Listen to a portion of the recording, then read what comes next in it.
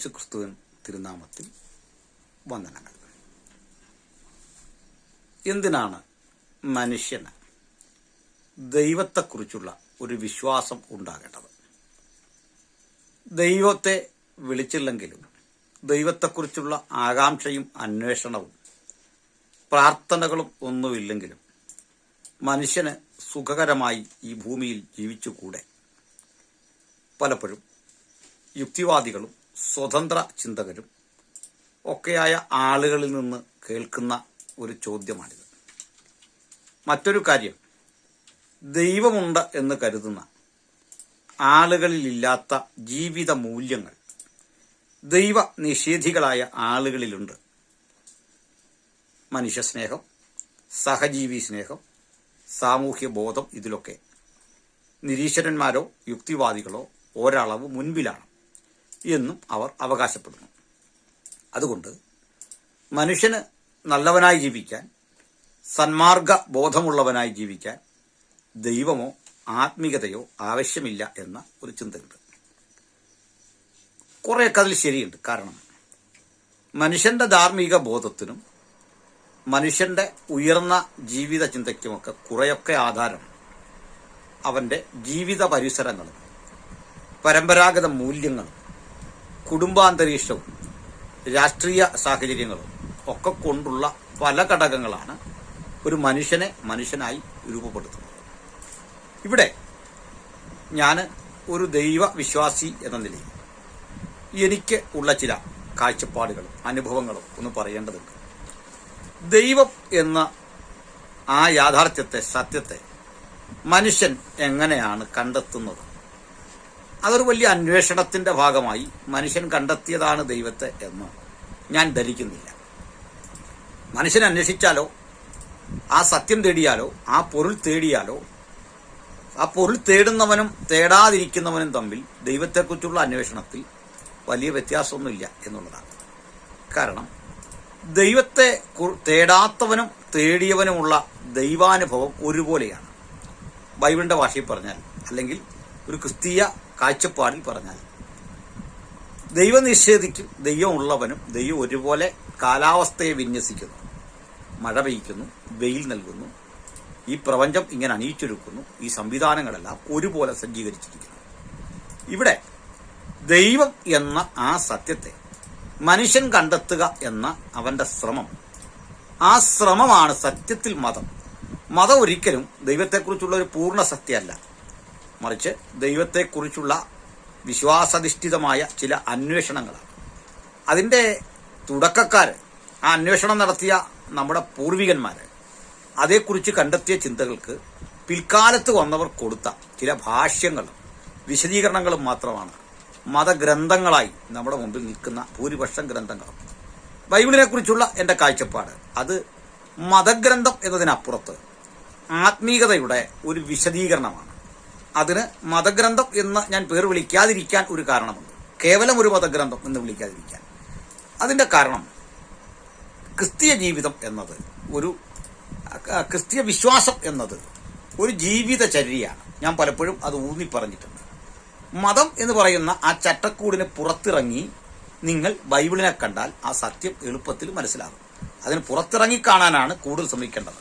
കാരണം സംഘടിത ക്രിസ്തുമതം നമ്മുടെ ചുറ്റുപാടും കാണുന്ന ആ മതാത്മകമായ ആ ലോകം നമുക്ക് തരാത്ത ഉൾക്കാഴ്ചകൾ ഒരു നിഷ്പക്ഷ ബൈബിൾ വായനക്കാരന് കിട്ടും. ചിലപ്പോഴൊക്കെ അത് ആ സ്ട്രക്ചറിന്റെ ഉള്ളിൽ നിൽക്കാതെ പോകുന്നുണ്ട്. ഞാൻ മനസ്സിലാക്കുന്നിടത്തോളം KP അപ്പൻ എന്ന നമ്മുടെ നാം എല്ലാം പ്രിയപ്പെടുന്ന സാഹിത്യകാരൻ, നിരൂപകൻ അപ്പൻ സാറിന്റെ പഠനങ്ങളിൽ ബൈബിളിനെ കുറിച്ചുള്ള അദ്ദേഹത്തിന്റെ കാഴ്ചപ്പാടുകൾ ഒരു സ്വതന്ത്ര നിരീക്ഷകന്റെ കാഴ്ചപ്പാടാണ്. പക്ഷെ അദ്ദേഹം ഒരിക്കലും ഒരു ക്രിസ്തുമത വിശ്വാസത്തിന്റെ ആ ചുറ്റുപാടിനുള്ളിൽ ഒതുങ്ങിക്കിടക്കാൻ ഇഷ്ടപ്പെടാതെ അതിനപ്പുറത്തേക്ക് ദൈവത്തെക്കുറിച്ചും ക്രിസ്തുവിനെ കുറിച്ചുമൊക്കെ ഉള്ള ഒരു കാഴ്ചപ്പാടിൽ ചെന്ന് നിൽക്കുന്ന ഒരു വീക്ഷണഗതി നമുക്ക് കാണാൻ സാധിക്കും. ഞാൻ ഇത്രയും നീട്ടിപ്പറയുന്ന മറ്റൊരു കാര്യം ഒന്ന് സൂചിപ്പിക്കാനാണ്. എന്താണ് ബൈബിൾ മുമ്പോട്ട് വെക്കുന്ന ദൈവം എന്ന ആശയം, ആ ചിന്ത എന്താണ്? ബൈബിളിന്റെ വീക്ഷണത്തിൽ തന്നെ പറഞ്ഞാൽ, ദൈവത്തെ ആരും ഒരു നാളും കണ്ടിട്ടില്ല. എത്ര നിരാശ തോന്നുന്നൊരു വാക്കാണത്. ദൈവത്തെ ആരും ഒരു നാളും കണ്ടിട്ടില്ല. മനുഷ്യരാരും കണ്ടിട്ടില്ലാത്തവൻ, കാണാൻ കഴിയാത്തവൻ, അടുത്തു കൂടാത്ത വെളിച്ചത്തിൽ വസിക്കുന്നവൻ, ഉന്നതൻ, ഉയർന്നിരിക്കുന്നവൻ, ശാശ്വതവാസി. മറിച്ച് ദൈവത്തെക്കുറിച്ചുള്ള മനുഷ്യന്റെ അന്വേഷണങ്ങളെക്കുറിച്ച് വീണ്ടും അപ്പോസ്തല പ്രവൃത്തികൾ 17-ാം അധ്യായത്തിൽ പറയുന്ന ഒരു ഭാഗമുണ്ട്. മനുഷ്യൻ ദൈവത്തെ തപ്പി നോക്കുക എന്നത് ശരിയായി പഠിച്ചാൽ ഇങ്ങനെ തൊട്ടൊന്നറിയാൻ പറ്റുമോ അതിനുള്ള ശ്രമം നടത്തി. ആ ശ്രമം അതുകൊണ്ട് ഇങ്ങനെ നടത്തിയ മനുഷ്യന് പ്രത്യേകിച്ചൊരു ഉത്തരവും കണ്ടെത്താൻ പറ്റിയില്ല. മതഗ്രന്ഥങ്ങൾ പഠിക്കുകയോ തീർത്ഥാടനം നടത്തുകയോ ഒക്കെ ചെയ്യുക വഴി കൂടുതൽ കാര്യങ്ങളൊന്നും പഠിക്കാൻ പറ്റുന്നില്ല. നമുക്ക് ഒരു വസ്തുത അറിയാം. എൻ്റെ നാട് ശബരിമലക്കടത്ത് എരുമേലി എന്ന സ്ഥലത്താണ്. ഞാൻ പലപ്പോഴും അത് പറഞ്ഞിട്ടുണ്ടല്ലോ. അവിടെ ധാരാളം അയ്യപ്പ ഭക്തന്മാരുണ്ട്. ഈ സഹോദരങ്ങൾ വളരെ ത്യാഗം സഹിച്ച് ആന്ധ്രയിൽ നിന്നാണ് എനിക്ക് തോന്നുന്നു കൂടുതൽ ആളുകൾ വരുന്നത്. തമിഴ്നാട്ടിൽ നിന്നും ആന്ധ്രയിൽ നിന്നും കർണാടകത്തിൽ നിന്നും ഒക്കെയുള്ള ധാരാളം ആളുകൾ വരുന്നു. അവർ എരുമേലി വരെ വണ്ടിക്ക് വന്നിട്ട് അവിടുന്ന് ദീർഘദൂരം കാനന പാതയിൽ ചെരുപ്പിടാതെ നടന്നു പോകുകയാണ്. കറുത്ത വസ്ത്രമൊക്കെ ഉടുത്ത് ഇരുമുടി കെട്ടുമെന്തി ത്യാഗികളായി പോവുകയാണ്. അവരെ ചെറിയ കടകളിലൊക്കെ ഉണ്ട്, അവിടെയൊക്കെ ഈ വിരി വെച്ച് വളരെ പ്രാർത്ഥനാനിരതരായിട്ട് അങ്ങനെ പോവുകയാണ്. അപ്പോൾ അങ്ങനെ അന്വേഷിച്ച് ഒരു സായുജ്യം തേടി പോവുകയാണ്. മലകൾ കടന്ന്, കുത്തുള്ള ഇറക്കങ്ങൾ കടന്ന്, അപ്പാച്ചിമേട് ഇങ്ങനെയൊക്കെയുള്ള സ്ഥലങ്ങളുണ്ട്. അപ്പോൾ ഈ സ്ഥലങ്ങൾ കുത്തുകയറ്റമുണ്ട്, കുത്ത് ഇറക്കമുണ്ട്. അവിടെയൊക്കെ വളരെ ത്യാഗം സഹിച്ച് വ്രതം നോറ്റ് ഒക്കെ കടന്നു പോവുകയാണ്. മത്സ്യമാംസാദികളോട്, ജീവിത സുഖങ്ങളോട് ഒക്കെ വിട പറഞ്ഞ് പോവുകയാണ്. അങ്ങനെ കയറിയും ഇറങ്ങിയും ഈ ശബരിമലയിലെത്തുന്നു. ശബരിമലയിലെത്തുമ്പോൾ അവരെ കാത്തിരിക്കുന്ന ഒരു ബോർഡുണ്ട്. ആ ബോർഡ് മലയുടെ ആ എൻട്രൻസിലേക്ക്, ആ പ്രധാനപ്പെട്ട ക്ഷേത്രത്തിലേക്കുള്ള പ്രവേശന കവാടത്തിങ്കൽ ഒരു എഴുത്ത് കാണാം. അത് തത്വമസി എന്നാണ്. എന്താണ് തത്വമസി എന്ന് നമുക്കറിയാം. തത്വമസി എന്ന് പറഞ്ഞാൽ നീയാണ് ദൈവം, നീയാണ് ബ്രഹ്മം. അപ്പം അഹം ബ്രഹ്മാസ്മി, ഞാനാണ് ബ്രഹ്മം എന്ന ചിന്തയുടെ ഒരു മറുരൂപമാണ് തത്വമസി. നീയാണ് ദേവൻ, നീയാണ് ദൈവം, നിന്നിലാണ് ദൈവം. ഈ ഒരു ആശയം ഒരു ഉയർന്ന തത്വചിന്ത തന്നെയാണ്. ഞാൻ അതിനെ വിമർശിക്കാനൊന്നും അല്ല പറഞ്ഞത്. അപ്പോൾ ഇത്രയും ത്യാഗം സഹിച്ച് ചെല്ലുന്ന ഒരാളോട് ഒരു സന്ദേശം കൊടുക്കുകയാണ്, നീയാണ് ദൈവം, നീ തേടുന്നതല്ല, നിന്നിലുള്ളതാണ് ദൈവം. പക്ഷെ ബൈബിൾ മറ്റൊരു വീക്ഷണമാണ് പറഞ്ഞത്. ആ അഭിപ്രായ വ്യത്യാസം എന്ന് പറയുന്നത്, ദൈവം എത്ര മനുഷ്യനെ അന്വേഷിച്ചാലും അവന്റെ ഇന്ദ്രിയങ്ങൾക്ക് വിധേയനാകുന്ന, അവന്റെ കാഴ്ചകൾക്ക് മുമ്പിൽ വന്നു നിൽക്കുന്ന ഒരു വ്യക്തിയല്ല. അത് സാധിക്കില്ലെന്നാണ് അതിന്റെ കാരണം. പരിമിതനായ മനുഷ്യന്റെ ഇന്ദ്രിയങ്ങൾക്ക് ഗോചരമാകുന്നവനല്ല ദൈവം. അപ്പോൾ തന്നെ അപ്പോസ്തലൻ പറയുകയാണ്, ദൈവത്തെക്കുറിച്ച് പറയുക, അവിടുന്ന് നമ്മിലാർക്കും അകന്നിരിക്കുന്നവനല്ല താനും. അപ്പോൾ എന്താ അതിന്റെ അർത്ഥം? സങ്കീർത്തനത്തിൽ ദാവീദ് പാടുന്നൊരു പാട്ടുണ്ട്. അതിങ്ങനെയാണ്, ഞാൻ ഇരിക്കുന്നതും എഴുന്നേൽക്കുന്നതും നീ അറിയുന്നു, എൻ്റെ നിരൂപണം നീ ദൂരത്ത് നിന്ന് ഗ്രഹിക്കുന്നു. പിന്നും പറയുകയാണ്, ഞാൻ എൻ്റെ അമ്മയുടെ ഉദരത്തിൽ ഒരു ഭ്രൂണമായി രൂപപ്പെട്ടപ്പോൾ, ഞാനൊരു പിണ്ഡമായി രൂപപ്പെട്ടപ്പോൾ നിന്റെ കണ്ണ് എന്നെ കണ്ടു. നിയമിക്കപ്പെട്ട നാളുകൾ ഒന്നുമില്ലാതിരുന്നപ്പോൾ എന്നെക്കുറിച്ച് നീ നിന്റെ പുസ്തകത്തിൽ എഴുതി. ദൈവത്തെക്കുറിച്ച് പറയുകയാണ്, ദൈവമേ, നിന്റെ സന്നിധി വിട്ട് ഞാൻ എവിടെയാണ് പോവുക? തിരുസന്നിധി വിട്ട് ഞാൻ എവിടെ പോകും? നിന്റെ ആത്മാവിനെ ഒളിച്ച് ഞാൻ എവിടെ പോകും? ഞാൻ സ്വർഗത്തിൽ കയറിയാൽ നീ അവിടെ ഉണ്ട്. ഞാനിനി ഭൂമിയിൽ അല്ലെങ്കിൽ പാതാളത്തിൽ മറ്റൊരിടത്തിൽ ഒന്ന് വിശ്രമിക്കാനൊരുങ്ങി എൻ്റെ കിടക്ക വിരിച്ചാൽ അവിടെ നീ ഉണ്ട്. ഞാൻ ഉഷസിൻ ചിറക് ധരിച്ച് സമുദ്രത്തിന്റെ അറ്റത്ത് ചെന്ന് പാർത്താൽ അവിടെയും നിന്റെ കരം എന്നെ പിന്തുടരും. അപ്പോൾ ബൈബിൾ വീക്ഷണത്തിൽ സർവവ്യാപിയായ, സർവജ്ഞാനിയായ, സർവശക്തനായ ഒരു ദൈവം, ആ ദൈവത്തെ വളരെ കൃത്യതയോടുകൂടി തന്നെ ബൈബിൾ വിശദീകരിച്ചിരിക്കുന്നു. ആ വിശദാംശത്തിൽ നമുക്ക് ഗ്രഹിക്കുന്തോറും ദൈവത്തോടുള്ള ബഹുമാനവും ആദരവും കൂടുകയാണ്. അത് ദൈവം അർഹിക്കുന്നു, അത് നമ്മൾ നൽകേണ്ടതുണ്ട്. അതെങ്ങനെയാണ് ഞാൻ പറഞ്ഞു മനസ്സിലാക്കുക എന്ന് ചോദിച്ചാൽ, ഞാൻ ബൈബിൾ വായിച്ചത് കൊണ്ട് മാത്രം ഒരു ക്രൈസ്തവ ജീവിതം നയിക്കുന്ന ആളല്ല. ബൈബിളിലെ അക്ഷരങ്ങളിലൂടെ മാത്രമല്ല ഞാൻ ക്രിസ്തു സാന്നിധ്യം അറിഞ്ഞത്. അതെൻ്റെ സ്വകാര്യത കൂടിയാണ്, അതെൻ്റെ അനുഭവം കൂടിയാണ്. എൻ്റെ അനുഭവവും ബൈബിൾ ചിന്തകളും തമ്മിലുള്ള ആ സമരസപ്പെടലാണ് എൻ്റെ ആത്മീയത എന്ന് പറയുന്നത്. ആ ആത്മീയതയിൽ എൻ്റെ ആരാധന എന്നത് ഒരു ഞായറാഴ്ച കൂടുന്ന യോഗത്തിൽ കിട്ടുന്ന പാട്ടും പ്രാർത്ഥനയും സങ്കീർത്തന ധ്യാനവും കൊണ്ട് ഒതുങ്ങുന്നതല്ല. മറിച്ച് ആരാധന പോലും ഒരു ജീവിതചര്യയാണ്, ഒരാജീവനാന്ത ബാന്ധവമാണ്. അത് സുഖമുള്ള ഒരു ബന്ധനമാണ്, സുഖമുള്ള ഒരു പാരസ്പര്യത്തിന്റെ, ഒരു സ്നേഹാധിഷ്ഠിതമായ വേർപിരിയാനാവാത്ത ഒരു ഗാഠബന്ധത്തിന്റെ, ഒരു ഊഷ്മളതയുടെ പേരാണ് എനിക്ക് ക്രിസ്ത്യൻ ലൈഫ് എന്ന് പറയുന്നത്. ആ ക്രിസ്തീയ ജീവിതം എന്ന് പറയുന്നത് മതാധിഷ്ഠിതമായ അല്ലെങ്കിൽ ആചാരാധിഷ്ഠിതമായ ചില ബഹളങ്ങളെക്കാൾ, മതം പടച്ചുകൂട്ടുന്ന ചില ചിന്താധാരകളെക്കാൾ, അതിനുവേണ്ടിയുള്ള കലഹങ്ങളെക്കാൾ, മതം ഉണ്ടാക്കിയെടുത്ത ന്യൂനപക്ഷാവകാശങ്ങളുടെ ആവശ്യത്തിന് വേണ്ടിയുള്ള ചിന്താഭാവിളികളെക്കാൾ, പള്ളിക്കും ശവക്കോട്ടയ്ക്കും വേണ്ടിയുള്ള ഏറ്റുമുട്ടലിനേക്കാൾ, പ്രസ്ഥാനവൽക്കരിക്കപ്പെട്ട ഒരു സ്ഥാപനത്തിന്റെ മേധാവിയാകാൻ വേണ്ടിയുള്ള മാത്സര്യ മനോഭാവങ്ങളെക്കാൾ ഊർജ്ജസ്വലമായ ഒരു ചിന്ത ഞാൻ കണ്ടെത്തിയ ക്രിസ്തു ചിന്തയ്ക്ക് നൽകാനായിട്ടുണ്ട്. ഞാൻ എന്നെ സംബന്ധിച്ചിടത്തോളം എന്നിൽ മനുഷ്യത്വമുണർന്നത്, സാഹോദര്യമുണർന്നത്, എന്നിൽ സഹജീവി സ്നേഹമുണർന്നത്, ക്ഷമയും സന്തോഷവും ആത്മനിറവും ഒക്കെ രൂപപ്പെട്ടത് എനിക്ക് യേശുവിനെ അടുത്ത് അറിയാൻ കഴിഞ്ഞപ്പോഴാണ്, അനുഭവിക്കാൻ സാധിച്ചപ്പോഴാണ്. ഇവിടെ ബൈബിൾ മുമ്പോട്ട് വെക്കുന്ന ദൈവിക വീക്ഷണത്തിൽ പിതാവ്, പുത്രൻ, പരിശുദ്ധാത്മാവ് എന്നിങ്ങനെയുള്ള ഈ ത്രിയേക സത്യത്തെക്കുറിച്ച് നിങ്ങൾ കേട്ടിട്ടുണ്ട്. അത് കേൾക്കാത്തവരുണ്ടാവില്ല. കാരണം ക്രൈസ്തവ മാർഗത്തിന്റെ ദൈവിക വിജ്ഞാനീയം, അതിന്റെ അടിത്തറ നിലനിൽക്കുന്നത് സർവശക്തനും സർവജ്ഞാനിയുമായ ആത്യന്തികനായ പരമപ്രധാനിയായ സൃഷ്ടാവായ സകലത്തിനും കാരണഭൂതനായ ഏക സത്യ ദൈവം. അപ്പോൾ ഏകസത്യ ദൈവം എന്നുള്ള ആ സംജയിൽ, ആ ഒറ്റ ആശയത്തിൽ പിതാവുണ്ട്, പുത്രനുണ്ട്, പരിശുദ്ധാത്മാവുണ്ട്. 3 വ്യക്തിത്വങ്ങളായി, 3 ആളുകളായി, 3 പേരായി പിതാവും പുത്രനും പരിശുദ്ധാത്മാവും വേറിട്ട് നിൽക്കുമ്പോഴും ഉള്ളടക്കങ്ങളിൽ, സാരാംശത്തിൽ അത് ഒരാൾ തന്നെ എന്നുള്ള ഒരു വിശ്വാസം, ആ മാർമിക സത്യം ഞാൻ ഏറെ അനുഭവിച്ചും പഠിച്ചും ഗ്രഹിച്ചും മനസ്സിലാക്കിയ ഒരാളാണ്. ദൈവിക ത്രിയേകത്വം എന്ന ഈ സത്യം ഒരുതപ്പെട്ട ആളുകളൊക്കെ പഠിക്കാൻ ശ്രമിച്ചിട്ട് ഗ്രഹിക്കാനാവാത്ത ഒരു സങ്കീർണത കൊണ്ട് പിന്തിരിഞ്ഞോടിയിട്ടുണ്ട്.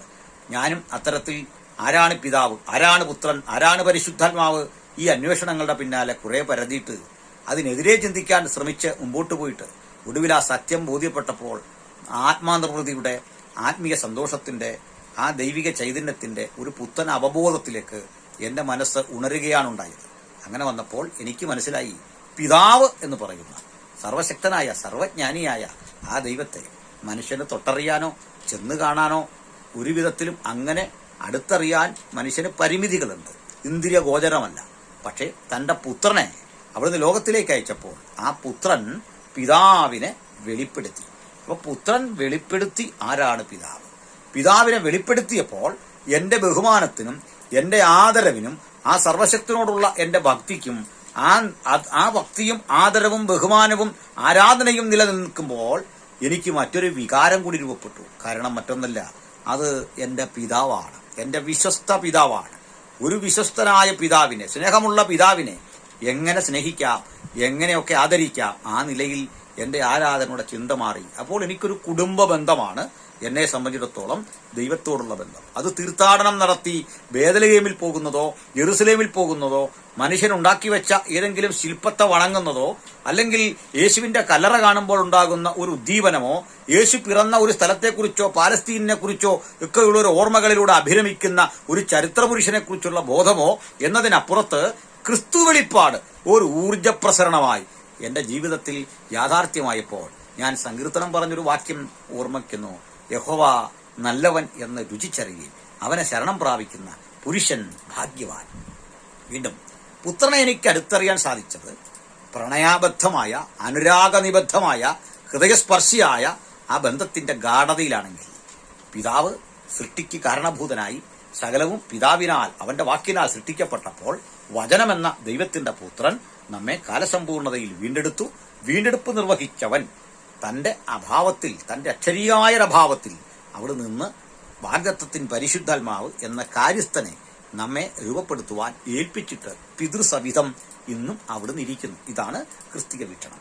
അപ്പോൾ ഇങ്ങനെയുള്ള ആ മനോഹാരിതയിൽ ഇന്ന് എന്നിലും നിങ്ങളിലും ഒക്കെ പ്രവർത്തിക്കുന്നതും ദൈവത്തിന്റെ പരിശുദ്ധാത്മാവാണ്, ഹോളി സ്പിരിറ്റ്. അപ്പോൾ ഈ ഹോളി സ്പിരിറ്റ് അഥവാ പരിശുദ്ധാത്മാവിനെ കുറിച്ചുള്ള ഒരു വീക്ഷണത്തിലാണ് ഞാൻ ഇന്ന് ഈ ചിന്ത തുടങ്ങിയത്. ഒരു നീണ്ട മുഖവരയായി ക്ഷമിക്കണം, കാര്യങ്ങളൊന്ന് മനസ്സിലാക്കാൻ വേണ്ടിയാണ്. എന്താണ് ഈ പരിശുദ്ധാത്മാവ്? അതൊരു വ്യക്തിയാണ് തീർച്ചയായും. കാരണം ബൈബിളിൽ മനുഷ്യാത്മാവിനെ കുറിച്ച് പറയുന്ന ഒരു ഭാഗമുണ്ട്. അവിടെ അത് എന്നാണ് മനുഷ്യാത്മാവിനെ പറയുന്നത്, ഒരു നപുംസലിംഗമാണ് പ്രയോഗിച്ചിരിക്കുന്നത്. എന്നാൽ ദൈവാത്മാവിനെ കുറിച്ച് പറയുമ്പോൾ സത്യത്തിന്റെ ആത്മാവ് എന്ന മറ്റൊരു കാര്യസ്ഥൻ വരും. അവൻ എന്ന ആർട്ടിക്കിൾ ആ കൃത്യതയോടുകൂടി അവൻ എന്ന് അവിടെ ആ അഭിസംബോധന കൊണ്ട് അതൊരു വ്യക്തി തന്നെയാണ് എന്ന് മനസ്സിലാക്കുന്നു. സകല സത്യത്തിലും നിങ്ങളെ വഴി നടത്തും. വീണ്ടും യെശയ്യാ പറയാണ്, ദൈവത്തിന്റെ പരിശുദ്ധാത്മാവിനെ ദുഃഖിപ്പിക്കരുത്. യെശയ്യാവ് കൃത്യതയോടുകൂടി പറയുന്നു, അവർ ദൈവത്തിന്റെ പരിശുദ്ധാത്മാവിനെ ദുഃഖിപ്പിച്ചു. ഇങ്ങനെയൊക്കെയുള്ള പ്രയോഗങ്ങൾ, പരിശുദ്ധാത്മാവിനോട് മറുതലിച്ചു ഇത്യാദി പ്രയോഗങ്ങൾ നമുക്ക് തിരുവെഴുത്തിൽ കാണാൻ സാധിക്കും. നമുക്ക് പരിശുദ്ധാത്മാവ് ഒരു വ്യക്തിയാണ്. പരിശുദ്ധാത്മാവിന് നേരെയുള്ള ദൂഷണം ക്ഷമിക്കപ്പെടൂല. ഇങ്ങനെയൊക്കെയുള്ള വചനങ്ങളാൽ പരിശുദ്ധാത്മാവ് ഒരു വ്യക്തിയാണ്. ഈ പരിശുദ്ധാത്മാവ് ഒരു വ്യക്തിയിൽ ആവസിക്കുമ്പോൾ, വന്ന് വിളങ്ങുമ്പോൾ, അവനിൽ ഇറങ്ങുമ്പോൾ, അവനിൽ വാസം ചെയ്യുമ്പോൾ എന്തൊക്കെയാണ് ഉണ്ടാവുക? അപ്പോൾ ഉണ്ടാകുന്ന ആ അനുഭവങ്ങൾ എന്തൊക്കെയാണ്? ഇവിടെ മുതൽ നമ്മൾ കാതലായി ഒരു പഠനം നടത്തേണ്ടതുണ്ട്. വിശേഷിച്ച് ക്രൈസ്തവർക്ക് ഈ ഒരു അനുഭവമില്ലെങ്കിൽ നിങ്ങൾ യഥാർത്ഥ ആ ക്രിസ്തീയ ജീവിതം അല്ല നയിക്കുന്നത് എന്ന് പറയേണ്ടി വരും. കാരണം ക്രിസ്തീയ ജീവിതത്തിന്റെ ആ സുഖം, ആ സന്തോഷം അനുഭവിക്കുന്നത് പരിശുദ്ധാത്മാവിൽ ജീവിതത്തിലാണ്, ആത്മനിറവിൻ ജീവിതത്തിലാണ്, ആത്മാവിലുള്ള ആ ഗാഢമായ ബന്ധത്തിലാണ്. അത് ലഭിക്കാത്തിടത്തോളം ക്രിസ്തീയ ജീവിതം ഒരു തത്വം എന്നതിനപ്പുറത്ത്, ദൂരത്ത് നിന്ന് കണ്ടതിനെ ഗ്രഹിക്കുന്ന ഒരു പഠിതാവ് എന്നതിനപ്പുറത്തേക്ക് നിങ്ങൾക്ക് വളരാനാവില്ല. എൻ്റെ ഈ വാക്കുകൾ കേൾക്കുന്ന എൻ്റെ പ്രിയ സ്നേഹിത, നിങ്ങൾ കേവലം ക്രിസ്തീയ തത്വങ്ങളും വേദപുസ്തക ചിന്തകളും വായിച്ചു പഠിക്കുന്ന ഒരു ജ്ഞാനിയോ ഒരു പഠിതാവോ വ്യാഖ്യാനിയോ എന്ന പരിമിതി വിട്ടിട്ട് ക്രിസ്തുവിനോട് ചേർന്ന്, ദൈവത്തോട് ചേർന്ന്, പരിശുദ്ധാത്മാവിനോട് ചേർന്ന് ആ തീവ്രാനുരാഗത്തിന്റെ ഊഷ്മളമായ ബന്ധങ്ങളെ എന്നും പുലർത്തുന്ന ഒരു നവസൃഷ്ടിയായി തന്നെ തീരേണ്ടതുണ്ട്. അപ്പോസ്തല പ്രവൃത്തി 2-ാം അധ്യായത്തിലാണ് പരിശുദ്ധാത്മാവിന്റെ അക്ഷരികമായ ഒരു ഇറങ്ങുവരവ് മനുഷ്യന് വേണ്ടി ലഭിക്കുന്നത് എന്ന് ഞാൻ പറയും. ബേദലഹീം എന്നൊരു സ്ഥലമുണ്ടല്ലോ, അവിടെയാണല്ലോ ദൈവപുത്രൻ കന്യകാജനനത്തിന് വിധേയനായത്. ദൈവപുത്രന്റെ മാനിഫെസ്റ്റേഷൻ, ദൈവത്തിന്റെ മാനിഫെസ്റ്റേഷനായി അവിടെ വെളിപ്പെട്ടു വന്നത് നമ്മൾ കണ്ടു. ദൈവത്തിന്റെ മാനിഫെസ്റ്റേഷനാണ് അവിടെ സംഭവിച്ചതെങ്കിൽ പരിശുദ്ധാത്മാവ് നമ്മുടെ ജഡത്തിൽ ഇറങ്ങി വന്ന സ്ഥലമാണ് അപ്പോസ്തല പ്രവൃത്തി 2-ലെ ജെറുസലേമിലെ പ്രസിദ്ധമായ ആ മാളിക. ആ വരവിൽ ഒരു കാഴ്ച കണ്ടു. ഓരോരുത്തന്റെ മീതെ പരിശുദ്ധാത്മാവ് പിളർന്നിരിക്കുന്ന അഗ്നിജാല പോലെ പിളർന്നിരിക്കുന്ന നാവുകളാൽ പതിഞ്ഞു എന്ന ഒരു വാക്യമാണ്. പതിയുക, അവനിലേക്ക് പരിശുദ്ധാത്മാവിന്റെ ആ മുദ്ര വന്ന് ഭവിക്കുക, അവനിൽ പതിഞ്ഞു, ആ തീനാളങ്ങൾ അവനിൽ പതിഞ്ഞു. അവന് ഒരു പുതിയ ഉന്മേഷത്തിന്റെ, ഊർജദായകമായ ഒരു അഭിനിവേശത്തിന്റെ, ഒരു ഉന്മാദത്തിന്റെ, ഒരു അനുഭൂതിയുടെ ഒരു തലത്തിലേക്ക് അവൻ ഉയർത്തപ്പെട്ടു. ആ തീവ്രമായ ആ പ്രത്യേക സാഹചര്യത്തിൽ, വിവരണാതീതമായ ആത്മനിർവൃത്തിയുടെ ആ ഘട്ടത്തിൽ അവന്റെ നാവിൽ നിന്ന് അന്യഭാഷ എന്ന ഒരു പുതിയ അനുഭവം അവന് രൂപപ്പെടുകയാണ്. അന്യഭാഷ എന്ന ആ പദത്തിന്റെ തന്നെ അർത്ഥം നമുക്ക് അന്യമായ ഭാഷ, അന്ന് മാത്രമേ അർത്ഥമുള്ളൂ. നമുക്ക് സംസാരിക്കുന്നവൻ അന്യമാണ്, അത് മാത്രമേ അതിനർത്ഥമുള്ളൂ. അവൻ സ്വന്തമായി മെനഞ്ഞ ഭാഷയല്ല. അവന്റെ നാവിൽ വന്ന് ആ ഭാഷയിൽ ഇങ്ങനെ സംഭാഷണം പുറത്തോട്ട് വരികയാണ്. ഈ ഉച്ചസ്ഥായിയായ ശബ്ദം പുറത്തേക്ക് വ്യാപിച്ചപ്പോൾ അവിടെ നിന്ന് ധാരാളം ആളുകൾ ഓടി വന്നു. കാരണം അന്ന് ഉത്സവ പ്രാധാന്യമുള്ളൊരു ദിവസമാണ് പെന്തക്കോസ്ത്. ആ ഉത്സവത്തിന് വേണ്ടി വന്ന യഹൂദാ ജനസഹസ്രങ്ങൾ പലയിടത്ത് കിടപ്പുണ്ട്. അവരെല്ലാം കൂടി ഓടി വന്നു. ഇതെന്താണ് ഈ ശബ്ദം? കേട്ടു വന്നപ്പോൾ 2 തരം പ്രതികരണങ്ങളുണ്ടായി. ഒന്ന്, ഇത് മനസ്സിലായി, ചിലർക്ക് മനസ്സിലായവർ പറഞ്ഞു, ഇവർ ഗലീലക്കാരാണ്, ഇല്ലിറ്ററേറ്റാണ് ഗലീലിയക്കാർ താരതമ്യേന. അവർക്ക് വിദ്യാഭ്യാസപരമായ കുറവുകളുണ്ട്. അവരെ ഗ്രാമാന്തരീക്ഷം വളരെ ചെറുതാണ്. അതുകൊണ്ട് യേശുവിനെ കളിയാക്കി വിളിച്ചിരുന്നു, ഗലീലിയൻ എന്ന് വിളിച്ചിരുന്നു. ആ പരിഹാസ ശബ്ദം ഒരിക്കൽ കൂടി ഉയർത്തിയിട്ട് ചോദിച്ചു, ഇവരൊക്കെ ഗലീലിയക്കാരല്ലയോ? ആ ശബ്ദത്തിന്റെ കൂടെ ഒന്നുകൂടി പറഞ്ഞു, എന്നിട്ട് നാം ഓരോരുത്തരും ജനിച്ച, നമ്മൾ സംസാരിക്കുന്ന നമ്മുടെ ഭാഷകളിൽ ഇവർ ദൈവത്തിന്റെ വൻകാര്യങ്ങൾ സംസാരിക്കുന്നു. രണ്ടാമതൊരു കൂട്ട് പറഞ്ഞു, ഇവർ വീഞ്ഞു കുടിച്ചിരിക്കുന്നു എന്ന് പറഞ്ഞ ആളുകൾക്ക് ഖണ്ഡനം നടത്തിക്കൊണ്ടാണ് ക്രൈസ്തവ സഭയുടെ ആദ്യത്തെ പ്രസംഗം പിറവി കൊള്ളുന്നത്. അതുകൊണ്ട് തന്നെ ഞാൻ പറയും, ആത്മനിറവിനെ തെറ്റിദ്ധരിച്ചവനെ പഠിപ്പിച്ചുകൊണ്ടാണ് ക്രൈസ്തവ സഭയുടെ പ്രഥമ പ്രസംഗം പത്രോസ്ലീഹ ആരംഭിക്കുന്നത്. ആ പണി ഇന്ന് ഞങ്ങൾ തുടർന്നുകൊണ്ടിരിക്കുകയാണ്. ആത്മനിറവിനെ തെറ്റിദ്ധരിച്ച് ഇത് വീഞ്ഞു കുടിച്ചു എന്ന് പരിഹസിക്കുന്നവർ, ഇത് ആത്മനിറവിനെ നിരാകരിക്കുന്ന, അതിനെ പരിഹസിക്കുന്ന, ഏതെല്ലാം രൂപത്തിൽ അത് തെറ്റ് എന്ന് പറയാൻ വേണ്ടി വൃഥാ വാചാലരായിത്തീരുന്ന ആളുകൾക്ക് നടുവിലാണ് ഞങ്ങൾ ഇത്തരം ചിന്തകൾ മുമ്പോട്ട് വയ്ക്കുന്നത്. അതിൽ ഭാരമില്ല. ഞങ്ങളുടെ അന്ന് തുടങ്ങിയ ആ കണ്ണന ശുശ്രൂഷ ഞങ്ങൾ ഇന്നും തുടർന്നുകൊണ്ടേയിരിക്കുകയാണ്. യേശുവിന്റെ വരവ് വരെ ഞങ്ങളിത് തുടർന്നുകൊണ്ടിരിക്കും. കാരണം ഇത്തരം കളകൾ ഈ യാഥാർത്ഥ്യം മനസ്സിലാക്കുന്നില്ലെങ്കിലും നിഷ്പക്ഷമതികൾക്ക് തിരുവെഴുത്തിന്റെ അടിസ്ഥാനത്തിൽ ഇത് മനസ്സിലാക്കണം എന്നുള്ളത് കൊണ്ടാണ്. അപ്പോൾ എന്തിനാണിത് പറഞ്ഞതെന്നറിയില്ലേ? പിന്നീട് ഇങ്ങോട്ട് പലയിടങ്ങളിൽ അന്യഭാഷാ ഭാഷണമുണ്ടായി. ആത്മനിറവ് വന്നപ്പോൾ കൊർന്നല്യോസിന്റെ വീട്ടിൽ ശമര്യക്കാരുടെ ഇടയിൽ അവര് അന്യഭാഷയിൽ സംസാരിച്ചു. ഈ എഫസോസിൽ ദൈവകൃപ വ്യാപരിച്ചു. അപ്പോ ഇവിടെ എല്ലാവരും അന്യഭാഷ പറഞ്ഞു. നിങ്ങളവിടെ ശ്രദ്ധിച്ചട്ടെ, അവിടെ ആ ഒരു വ്യാഖ്യാനിയില്ല. അവിടെ കേട്ട ആർക്കും മനസ്സിലാകുന്നില്ല. മറ്റൊരു കാര്യമുണ്ട്, അവിടെ ഈ അഗ്നിജാല പോലെ പിളർന്ന നാവുകളില്ല. അവിടെ കൊടിയ കാറ്റടിക്കുന്ന പോലുള്ള ശബ്ദവുമില്ല. പക്ഷെ അന്യഭാഷയുണ്ട്. എന്താ ഇതിൽ നിന്ന് മനസ്സിലാക്കുന്നത്? ആദ്യം കണ്ട ആ രീതിയുടെ ഒരു ഫോട്ടോ കോപ്പി പോലെ നല്ല, പിന്നെ കോപ്പി ബുക്ക് ശൈലി പിന്നെ ആവർത്തിക്കല്ല. അന്യഭാഷ ആ ഭാഷാഭാഷണം തുടരുന്നുണ്ട്. പക്ഷേ ഈ പറയപ്പെട്ട കാര്യങ്ങളൊന്നുമില്ല, ആരും മനസ്സിലായതായിട്ട് കാണുന്നില്ല. മാത്രമല്ല, ആ അപ്പോസ്തല പ്രവൃത്തി പറഞ്ഞ സംഭവങ്ങളെ അതിൻ്റെ ആകത്തുകയിലെടുത്താൽ ആത്മനിറവനുഭവങ്ങൾ വന്ന മിക്കയിടത്തും, ഒരിടത്തൊഴികെ ബാക്കി എല്ലായിടത്തും അവർ അന്യഭാഷകളിൽ സംസാരിച്ചു എന്ന് തന്നെ കാണുന്നുണ്ട്. അങ്ങനെ അന്യഭാഷാ ഭാഷണം സഭയുടെ അനുപേക്ഷണീയമായിട്ട് ഘടകമായിരുന്നു. പിന്നീട് ഇങ്ങോട്ട് ഈ അന്യഭാഷാ ഭാഷണം ആളുകൾ തെറ്റായ നിലയൊക്കെ ഉപയോഗിക്കാൻ തുടങ്ങി. ഏത് കൃപാവരവും മനുഷ്യൻ തെറ്റായിട്ട് ഉപയോഗിച്ചിട്ടുണ്ട്. പ്രവചനം തെറ്റായിട്ട് ഉപയോഗിച്ചിട്ടുണ്ട്. പഴയ നിയമം മുതലേ കള്ളപ്രവാചകന്മാരുണ്ട്. രോഗശാന്തി വ്യാജമായി കൊടുക്കാൻ ശ്രമിച്ചവരുണ്ട്. നെഹെമ്യാവിന്റെയും മറ്റും പണി തടസ്സപ്പെടുത്താൻ വേണ്ടി കള്ളപ്രവാചകിമാരെ ശട്ടം കെട്ടിക്കൊണ്ട് ദൂത് പറയിച്ചവരുണ്ട്. ഈ കള്ളങ്ങൾ നിലനിൽക്കുന്നു എന്ന് കരുതിക്കൊണ്ട് എല്ലാം കള്ളങ്ങളായി കാണുന്നതാണ് ചിലരുടെ ഏറ്റവും വലിയ തെറ്റ്. അതുകൊണ്ട് ഞാനിവിടെ ഊന്നിപ്പറയാൻ ആഗ്രഹിക്കുന്നു, ആ വ്യാജന്മാർക്ക് നിലനിൽക്കാൻ കഴിയുന്നത് തന്നെ ശരിയുണ്ട് എന്നതിൻ്റെ പേരിലാണ്. ശരിയുടെ മറവിലാണ് വ്യാജൻ പിടിച്ചു നിൽക്കുന്നത്. നിങ്ങൾക്കതറിയാം.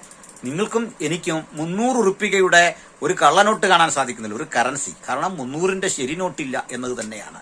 നിങ്ങൾക്ക് 25 രൂപയുടെ ഒരു നോട്ട് കാണാൻ സാധിക്കുന്നില്ല, അതിന്റെ ഡ്യൂപ്ലിക്കേറ്റും ഇല്ല. അപ്പോൾ ഒറിജിനലിനാണ് ഡ്യൂപ്ലിക്കേറ്റ് ഉണ്ടാകുന്നത്. അതൊരു സാമാന്യ തത്വമാണ്. അപ്പോൾ വ്യാജപ്രവചനമുണ്ട്, ശരിയായ പ്രവചനം ഉള്ളത് കൊണ്ടാണ് വ്യാജനം ഉണ്ടാകുന്നത്. ശരിയായ അന്യഭാഷാ ഭാഷണം നിലനിൽക്കുന്നതുകൊണ്ടാണ് വ്യാജ അന്യഭാഷാ ഭാഷണം നിലനിൽക്കുന്നത്. ഇനി നമുക്ക് ഇതിന്റെ മറ്റു ചില വിശകലനങ്ങളിലേക്ക് പോകാം. ഈ അന്യഭാഷാ ഭാഷണം ക്രമരാഹിത്യത്തോടെ, അച്ചടക്കരാഹിത്യത്തോടെ ഒക്കെ ഉപയോഗിച്ച കൊരിന്തിലെ സഭയ്ക്ക് വളരെ കൃത്യതയാർന്ന ഒരു ഡിസിപ്ലിൻ കൊടുക്കുകയാണ് അപ്പോസ്തലൻ 1 കൊരിന്ത്യർ 14-ാം അധ്യായത്തിൽ.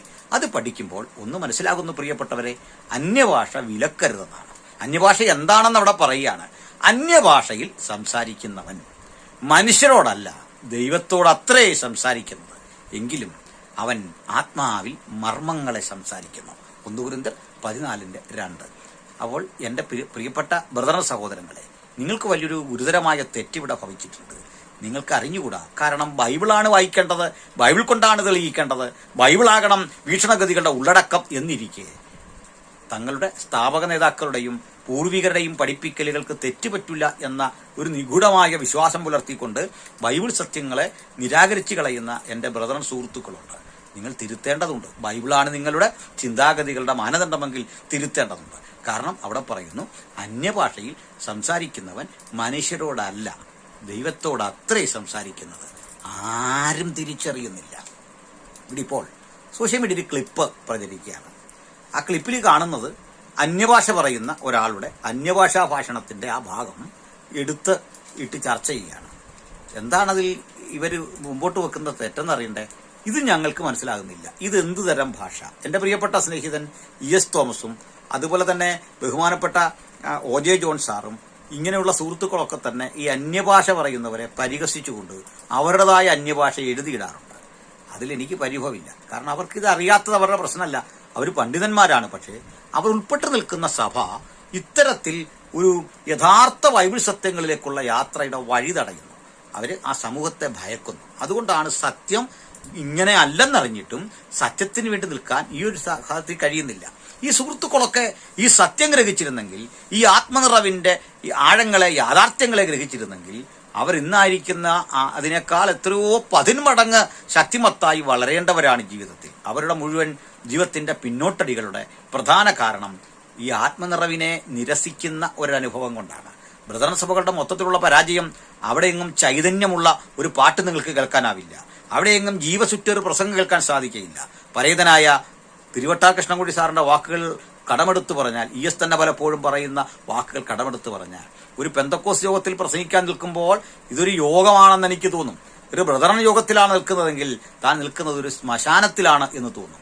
അതൊരു സത്യമല്ലേ?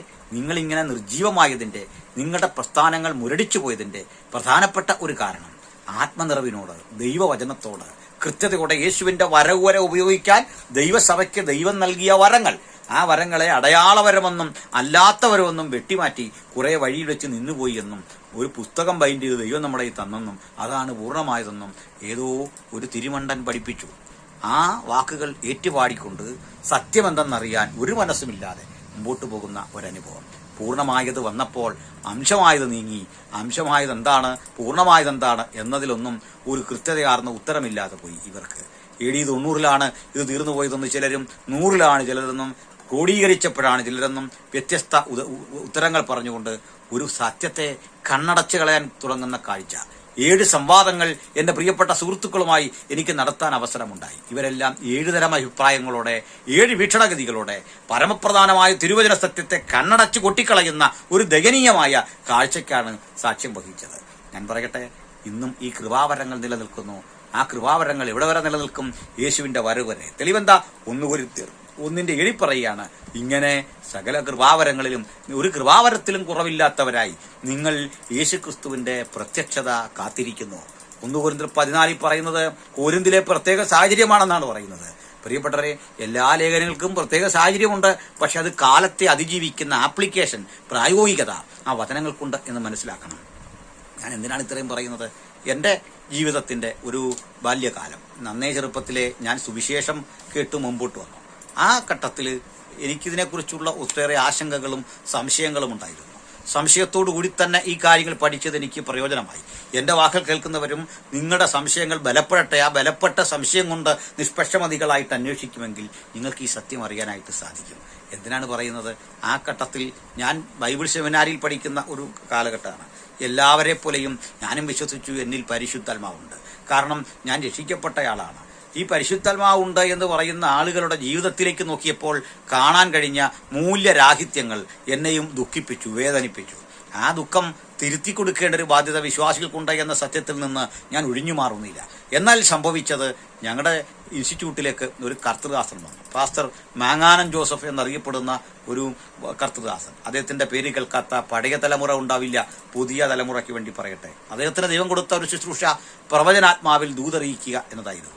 അദ്ദേഹത്തിന് ദൈവം കൊടുത്ത പ്രധാനപ്പെട്ട മറ്റൊരു ശുശ്രൂഷ ആത്മനിറവിന് വേണ്ടി, ആളുകൾക്ക് വേണ്ടി പ്രാർത്ഥിക്കുക. പ്രാർത്ഥനാ വേളയിൽ ചിലര് അന്യഭാഷകളിൽ സ്തുതിക്കുന്ന അനുഭവം, അഭിഷേകത്തിന്റെ അത്തരമൊരു ശുശ്രൂഷ ദൈവം അദ്ദേഹത്തിന് നൽകി.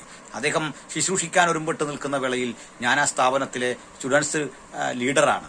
അപ്പോൾ എനിക്കൊട്ടെ കുറെ അധികാരങ്ങളൊക്കെ ഉണ്ട്. അപ്പോൾ ഞാൻ ഈ ചുമതലകൾ നിർവഹിച്ച ശേഷം ഏറ്റവും പുറകിലാണ് വന്നിരിക്കുന്നത്, യോഗത്തിന് വന്നിരിക്കുന്നത്. രണ്ടാമതായി, എനിക്ക് ഈ ശബ്ദകോലാഹലങ്ങളിൽ അധിഷ്ഠിതമായ ആ യോഗത്തോട് താല്പര്യമില്ല. അതിലൊന്നും വലിയ കാര്യമില്ല, കഴമ്പില്ല എന്ന് തോന്നിപ്പോവുകയാണ്. ആ ഘട്ടത്തിൽ ഞങ്ങളൊരു 3 പേര് ഏറ്റവും പുറകിലുണ്ട്. ഞങ്ങൾ 3 പേര് സംശയിക്കുന്ന ആളുകളായിരുന്നു. സംശയിക്കുന്ന ആളുകളിൽ ഒരാൾ ഒരു കത്തോലിക്ക പുരോഹിതനായി പഠനം തുടങ്ങിയിട്ട് വിശ്വാസ ജീവിതം സ്വീകരിച്ച് മുമ്പോട്ട് വന്ന ഒരു സജീവറീസച്ചായനാണ്. അച്ഛൻ പാസ്റ്റർ എന്നൊക്കെ ഞങ്ങൾ വിളിക്കും. അങ്ങനെയുള്ള ദിവാസനാണ്. മറ്റൊരാൾ ഇന്ന് ഇപ്പോൾ IPCയുടെ ഒരു ശുശ്രൂഷകനായിട്ട് സുദീർഘ വർഷങ്ങൾ നമ്മുടെ പാലക്കാട് ജില്ലയിൽ പ്രവർത്തിക്കുന്ന ഒരു മാർക്കോസ് പാസ്റ്ററാണ്. ഞങ്ങൾ 3 ആളുകൾ നല്ല സുഹൃത്തുക്കളാണ്. അപ്പോൾ ഞാനിവരിൽ താരതമ്യേന പ്രായം കുറഞ്ഞ ആളായിരുന്നു. ഒരുമിച്ച് ഞങ്ങളിങ്ങനെ നിൽക്കുമ്പോൾ ഞങ്ങൾ കമന്റുകളൊക്കെ പാസ്സാക്കി നിൽക്കുകയാണ്. പക്ഷേ ഏതോ ഒരു ഉൾവിളി പോലെ ഈ സജീവറീസച്ചായൻ ഒത്തിരി മുമ്പിൽ പോയി. അദ്ദേഹം പിന്നെ ഞങ്ങൾ കാണുന്നത് പന്ത് തെറിക്കുന്ന പോലെ തെറിച്ച് അന്യഭാഷകളിൽ ചാടി ദൈവത്തെ സ്തുതിക്കുന്നു, ആരാധിക്കുന്നു. എനിക്കും ഈ മാർക്കോസച്ചായനും പ്രത്യേകിച്ച് മാറ്റമൊന്നുമില്ല. ഞാൻ അദ്ദേഹത്തെ നിരുത്സാഹപ്പെടുത്തി. ഇത് അപ്പോൾ ഈ ശുശ്രൂഷിക്കുന്ന പാസ്റ്റർ മാങ്ങാനം ജോസഫ് അവറുകൾ പറഞ്ഞു, നിങ്ങളിൽ അന്യഭാഷാ ഭാഷണം ലഭിച്ചിട്ടില്ലാത്ത ആരെങ്കിലും ഉണ്ടെങ്കിൽ മുമ്പോട്ട് വരൂ, ഞാൻ നിങ്ങൾക്ക് വേണ്ടി പ്രാർത്ഥിക്കാം. അപ്പോൾ എൻ്റെ ഉള്ളിൽ പെട്ടെന്ന് വന്ന ഒരു അവിശ്വാസം, ഇത് മാങ്ങാനം കൈവെക്കുമ്പോൾ കിട്ടുന്നതാണെങ്കിൽ എനിക്ക് ആവശ്യമില്ല, എനിക്കതിൻ്റെ ഒരു ആവശ്യമില്ല. ആ കടുംപിടുത്തത്തോടെ നിൽക്കുമ്പോൾ ഒരു ദൂത് പോലെ അദ്ദേഹം പറയുകയാണ്, ഇത് മാങ്ങാനം തരുന്നതല്ല. ഞാൻ എന്ത് മനസ്സിൽ ചിന്തിച്ചോ അതേപോലെ ആ ദിവസം പറയുകയാണ്, ഇത് മാങ്ങാനം തരുന്നതല്ല, ഇത് തമ്പുരാൻ തരുന്നതാണ്, ഇത് സൗജന്യമാണ്, ഇത് തൻ്റെ മക്കൾക്ക് പരിശുദ്ധാത്മാവിനെ എത്ര അധികം കൊടുക്കുന്ന ഒരു ദൈവത്തിൻ്റെ കാരുണ്യമാണ്. പക്ഷെ ഇവിടെ വന്നിരിക്കുമ്പോൾ നിങ്ങൾക്ക് വേണ്ടി എനിക്കൊന്ന് പ്രാർത്ഥിക്കാൻ സാധിക്കും, അത്രമാത്രമേ ഉള്ളൂ. എൻ്റെ പ്രിയപ്പെട്ട സഹോദരൻ മാർക്കോസ് ചാനും പോയി. അദ്ദേഹവും ഉച്ചത്തിൽ അന്യഭാഷ പറയുന്ന കാഴ്ചയാണ് പിന്നെ ഞാൻ കണ്ടത്. ഞാൻ ആ വഴി പോയില്ല, എനിക്കെന്തോ പോകാൻ അപ്പോഴും തോന്നിയില്ല. ഞാൻ ഈ പ്രിയപ്പെട്ട പാസ്റ്റർ മാങ്ങാനം ജോസഫ് അവറുകൾക്ക് ആഹാരം കൊണ്ടു കൊടുക്കാൻ അദ്ദേഹത്തിൻ്റെ റൂമിലേക്ക് ചെന്നു. അദ്ദേഹത്തിൻ്റെ മുമ്പിൽ ഒന്ന് പ്രാർത്ഥിക്കാൻ വേണ്ടിയിട്ട് മുഴങ്കാൽ മടക്കി. അദ്ദേഹം ദൂത് പറയാൻ തുടങ്ങി. പ്രിയപ്പെട്ടവരെ, ഞാൻ ഒത്തിരി വ്യാജ പ്രവാചകന്മാരെ കണ്ട് മനസ്സുമടുത്തവനായിരുന്നു. ഞങ്ങളുടെയൊക്കെ ചർച്ചകളിൽ വന്നിട്ട് ഇത്തരം വ്യാജമടിച്ചു വിടുന്ന ആളുകളെ ഇഷ്ടം പോലെ കണ്ടിട്ട് മടുത്തു പോകുന്ന ഒരാളായിരുന്നു. പ്രവചനത്തോട് വ്യാജമായ ഇടപെടലുകളോട് എന്നും കലഹിച്ചു പോകുന്നൊരു മനുഷ്യനായിരുന്നു. പക്ഷേ ഈ പ്രിയപ്പെട്ട കർത്തദാസൻ അതിശക്തമായൊരു ദൂത് കൊണ്ട് എൻ്റെ ഉള്ളത്തെ കീറി മുറിച്ചു. എൻ്റെ മനസ്സിനെയും എൻ്റെ ജീവിതത്തെയും മൊത്തം അതിശക്തമായ ഒരു ഭാരം അങ്ങോട്ട് വന്നിട്ട് അസഹനീയമായ ഒരു അനുഭവമായിട്ട് എനിക്ക് തോന്നി. ഞാൻ ജീവിതത്തിൽ ഇന്ന് കാണുന്ന നിലയിൽ ഒരു പ്രഭാഷകനോ അല്ലെങ്കിൽ ദൈവവചനം പഠിപ്പിക്കുന്ന ഒരാളോ ഒക്കെ ആകുമെന്നൊന്നും ചിന്തിക്കാൻ കഴിയാത്തൊരു കാലത്ത് എൻ്റെ മുമ്പിൽ പ്രത്യക്ഷരാകുന്ന ആളുകളെക്കുറിച്ച്, വേദികളെക്കുറിച്ച്, എൻ്റെ ശുശ്രൂഷാ മണ്ഡലങ്ങളെക്കുറിച്ച് അതിശക്തമായി ദൂതറിയിക്കാൻ തുടങ്ങി. ഞാൻ ഇന്ന് നിങ്ങളോട് സംസാരിക്കുമ്പോഴും കാലങ്ങൾക്കപ്പുറത്ത് ആ കർത്തൃദാസൻ പറഞ്ഞ ദൂത് എൻ്റെ സ്ഥിരാനരമ്പുകളിൽ ഒരു ലഹരി പോലെ പടർന്നു കയറുന്നുണ്ട്. അദ്ദേഹം പറഞ്ഞ വാക്കുകൾ എനിക്ക് തനിമയാർന്നൊരു സുഖത്തോടെ ഇപ്പോഴും ആ പ്രവചനാത്മാവിൻ്റെ ശക്തിയോടെ ആസ്വദിക്കാൻ സാധിക്കുന്നുണ്ട്. എൻ്റെ ഹൃദയം ഈ ഘട്ടത്തിലും സന്തോഷം കൊണ്ട് നിറയുന്നുണ്ട്. അനിർവചനീയമായ ആ ജീവിതത്തിൻ്റെ പ്രചോദനമാണ് എന്നെ ഏത് കഷ്ടതയിലും പിടിച്ചു നിർത്തിയിട്ടുള്ളത്. പലപ്പോഴും ഒട്ടേറെ ജീവിത ഉത്തരവാദിത്വങ്ങളിൽ, ദാരുണമായ ജീവൽ പ്രതിസന്ധികളിൽ, ഒറ്റപ്പെടലുകളിലൊക്കെ തകരാതെ മുമ്പോട്ട് പോകാൻ എനിക്ക് പ്രചോദനമായി ഭവിച്ചത് എൻ്റെ കർത്താവിൻ്റെ ആത്മാവിൻ്റെ ശക്തിയാണ്. ആ ആത്മശക്തിയുടെ പ്രചോദനം എനിക്ക് ഉൾപ്പുളകമായി ഒരു പുതിയ അനുഭവമായി. ഞാൻ പുറത്തേക്ക് ഇറങ്ങി വന്നു. അന്ന് രാത്രിയിലെ പ്രാർത്ഥനയിൽ എൻ്റെ കൺട്രോളെല്ലാം പോയി. ഞാനൊരു കച്ചിത്തുരുമ്പ് പോലെ സ്വയം ചുരുങ്ങി. എൻ്റെ ഉള്ളിലേക്ക് ദൈവാത്മാവിൻ്റെ സ്പർശം ഇറങ്ങി വന്നു. എൻ്റെ നാവ് ചലിക്കാൻ തുടങ്ങി. ഞാൻ അന്യഭാഷകളിൽ ദൈവത്തെ സ്തുതിച്ചു. എൻ്റെ കണ്ണിൽ നിന്ന് കണ്ണീര് വരാൻ തുടങ്ങി. കണ്ണീര് കേവലം കണ്ണീരല്ല, ഉച്ചത്തിൽ പൊട്ടിക്കരയാൻ തുടങ്ങി. ഗദ്ഗത കണ്ഠനായി ഞാൻ അലറിക്കരയുകയാണ്. എന്ത് ചെയ്യണമെന്നറിയില്ല. ആ കരച്ചിൽ ഒരു ദിവസമല്ല, 2 ദിവസമല്ല, ചില ദിവസങ്ങൾ ഇങ്ങനെ നീണ്ടു നിന്നു. മറ്റൊന്നും പറയാൻ പറ്റുന്നില്ല. ആരെ കണ്ടാലും കരയും. ആ ഒരാഴ്ചയുടെ ഘട്ടം കഴിയുമ്പോൾ ഞാൻ സാധാരണ ജീവിതത്തിലേക്ക് മടങ്ങി വന്നു. ആ ഒരാഴ്ച മുഴുവൻ എൻ്റെ ജീവിതത്തിൽ ഞാൻ അനുഭവിച്ച ഒരു സുഖമുണ്ട് പ്രിയപ്പെട്ടവരെ.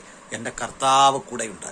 എൻ്റെ കർത്താവിൻ്റെ സാന്നിധ്യം എനിക്ക് വിലമതിക്കാനാവാത്തതാണ്. എൻ്റെ കർത്താവ് തൻ്റെ ഏറ്റവും വിലപിടിപ്പുള്ള ഗിഫ്റ്റ്, അവിടുത്തെ പരിശുദ്ധ ആത്മാവിനെ പാവപ്പെട്ടവൻ്റെ ഉള്ളിലേക്ക് നൽകി തന്നു. എത്ര ആനന്ദം! അപ്പോൾ എന്നെ സംബന്ധിച്ചോളം ഞാൻ അനുഭവിച്ച ആ ക്രിസ്ത്യ ജീവിതത്തിൻ്റെ സുഖം, ആനന്ദം ആത്മനിറവിനാൽ ലഭിച്ചതാണ്. പ്രിയമുള്ളവരെ, ആ അന്യഭാഷയിൽ സംസാരിക്കുന്നവൻ മനുഷ്യരോടല്ല, ദൈവത്തോട് അത്രേ സംസാരിക്കുന്നു. എങ്കിലും അവൻ ആത്മാവിൽ മർമ്മങ്ങളെ സംസാരിക്കുന്നു. അവൻ തനിക്ക് താൻ ആത്മീയ വർധന വരുത്തുന്നു. ആത്മീയ വർധന, കർത്താവിനോട് ഹൃദയംഗമായി സംസാരിക്കുക. അപ്പോൾ ചോദിക്കും, എന്താ നിങ്ങൾക്ക് മനസ്സിലാകാത്തത്? മറ്റൊരാൾക്ക് മനസ്സിലായാൽ അത് അന്യഭാഷയല്ല. എന്താണ് കാരണം? അന്യഭാഷയിൽ സംസാരിക്കുന്നവൻ നോട്ട് ടു മേൻ, മനുഷ്യരോടല്ല. അന്യഭാഷയിൽ സംസാരിക്കുന്നവൻ മനുഷ്യരോടല്ല, അടുത്തിരിക്കുന്നവനോടല്ല, സഹജീവിയോടല്ല, പാസ്റ്ററോടല്ല, കേൾവിക്കാരനോടല്ല, പെന്തിക്കോസ്തുകാരോടല്ല, ബ്രദറുകാരോടല്ല, ആരോടുമല്ല. അവൻ ദൈവത്തോട് അത്രേ സംസാരിക്കുന്നത്. ആരും തിരിച്ചറിയുന്നില്ല.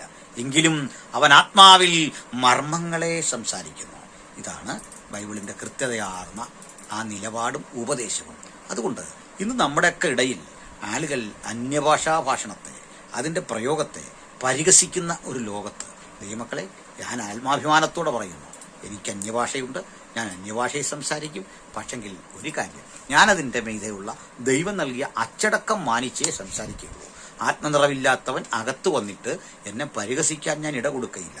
ആത്മവരമില്ലാത്തവൻ അകത്ത് വന്നിട്ട് എന്നെയും സമൂഹത്തെയും പരിഹസിക്കാൻ ഇട കൊടുക്കയില്ല.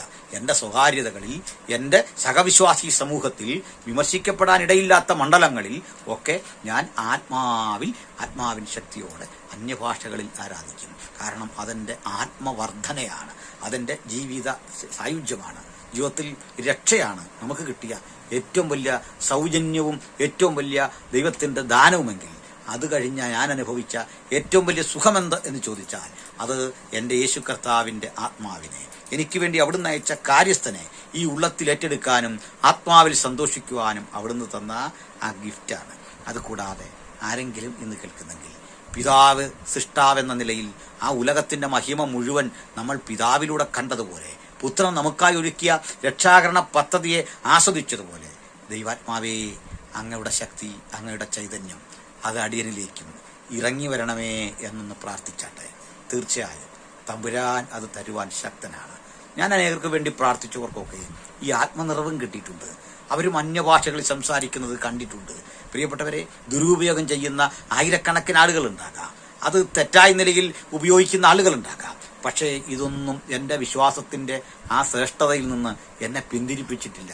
കാരണം ഞാൻ അർത്ഥവത്തായ ആത്മനിറവിനെയാണ്, ബിബ്ലിക്കലായ വേദാധാരമുള്ള അപ്പോസ്തോലികമായ കർത്താവ് വാഗ്ദത്തം ചെയ്ത ആ ആത്മാവ് ഹൃദയത്തിൽ വസിക്കുന്നിടത്തോളം ഞാൻ പറയുന്ന അന്യഭാഷ വേദപുസ്തക അധിഷ്ഠിതമാണ്.